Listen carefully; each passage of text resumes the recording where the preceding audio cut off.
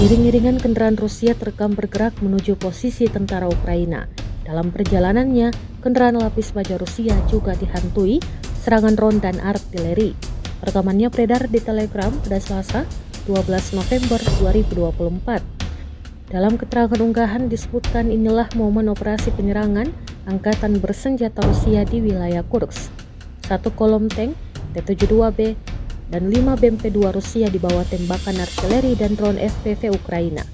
Namun pasukan Rusia berhasil didaratkan dan mengatasi jalur menuju posisi Ukraina di pinggiran daerah Seleny Siliak dan Novoivanovka, meski beberapa kendaraannya mengalami kerusakan.